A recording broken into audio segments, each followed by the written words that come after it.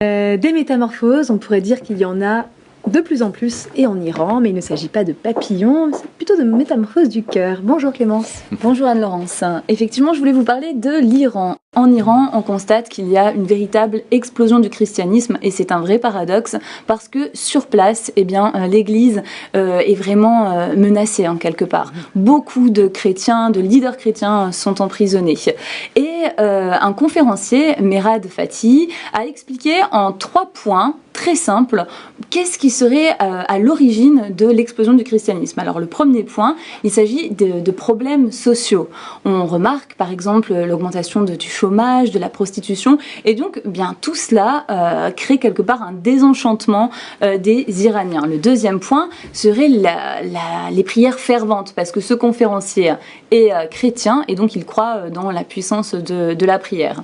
Ensuite, le troisième point, c'est des apparitions de rêves, de visions. Beaucoup de musulmans vivent en fait ces rêves. Et je voulais justement vous proposer d'écouter ce qui s'est passé dans une famille où la fille devenue chrétienne a été battue par son père parce qu'elle refusait un mariage forcé.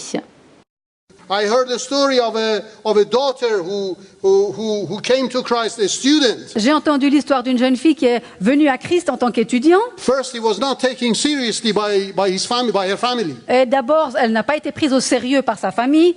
But then they realized that she's continuing in her faith. Mais après, ils ont réalisé qu'elle continuait sa marche dans sa foi. They thought we give her in marriage to a Muslim and she will change. Et ils se sont dit, bon, on va la marier à un musulman et elle changera. But she didn't want. Mais elle a refusé. So they forced her. Ils l'ont forcée. And it was the day that these people, according to our tradition, come to ask for the bride, ask for the girl. Et le jour est venu où, selon notre tradition, les gens viennent pour demander l'épouse.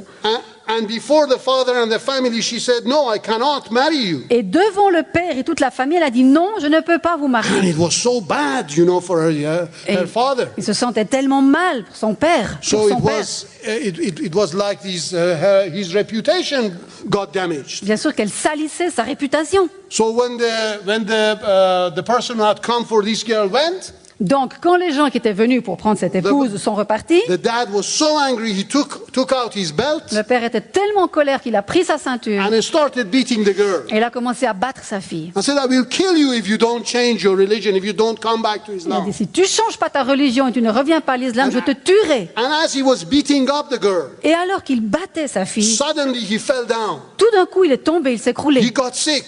Il est tombé malade. And he started shouting, "Have mercy on me, have mercy on me." Et il commence à crier, pitié de moi, pitié de moi. The daughter got worried. Et la fille s'est inquiétée. With all the wounds that she had, she started getting worried for her father. Avec toutes ces blessures qu'elle avait partout, elle a commencé à soigner son père. Dad, what is happening to you? What's wrong? Mais papa, qu'est-ce qui se passe? Qu'est-ce qui va pas? He says, please forgive me. I didn't know.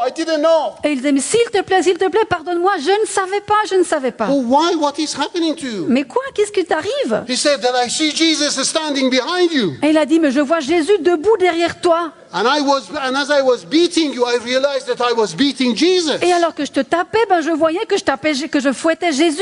And he had stretched his hand and said, "Why are you beating me?" Et Jésus a étendu sa main et m'a dit, mais pourquoi est-ce que tu me bats? Please pray to Jesus that he would forgive me. S'il te plaît, prie Jésus pour qu'il me pardonne. And this man is now a believer. Et cet homme est maintenant un chrétien. Believer, of course. Un chrétien secret, bien sûr. L'histoire parle elle-même. Merci Clémence. On va laisser ces paroles résonner.